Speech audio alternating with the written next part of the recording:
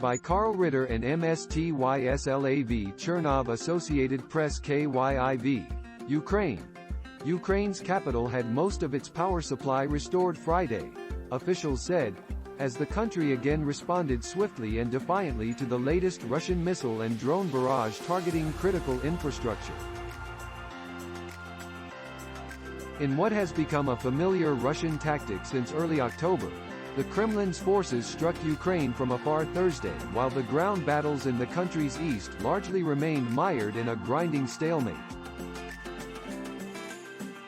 The apparent aim of attacking power stations and other infrastructure is to weaken Ukraine's resolve and compel the Ukrainian government to negotiate peace on Moscow's terms.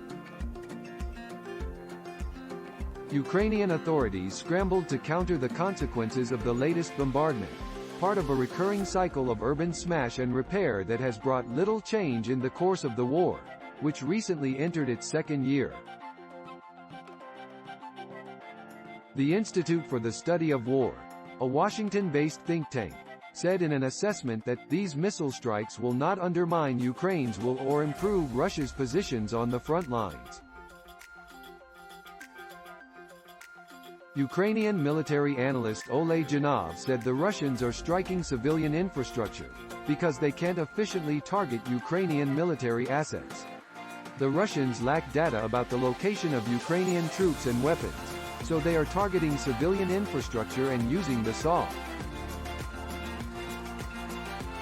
Ukraine has survived the winter and Russia's strikes on the energy system in the spring hardly make any sense. Power and water were restored in Kyiv, said Serhii Popko, the head of the city's military administration.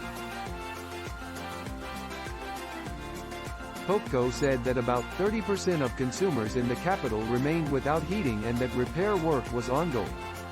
Power supplies were fully restored in Ukraine's southern Odesa region, private provider DTEK said Friday afternoon. Around 60% of households in the city of Kharkiv that were knocked off grid by Russia's missile strikes on Thursday were also back online, authorities said, though significant damage remained in the Zhytomyr and Kharkiv regions in Ukraine's northwest and northeast. In another sign of normality quickly returning, Finnish Prime Minister Sanna Marin made an unannounced visit to Kyiv on Friday. Marin accompanied President Volodymyr Zelenskyy and senior military officers at the funeral of one of Ukrain'e best-known fighters and commanders who was killed in fighting near the devastated eastern city of Bakhmut. The service for Dmytro Kotsiubailo, killed a few days earlier at the age of 27, was held at the Cathedral of Kyiv's St. Michael's Golden-Domed Monastery.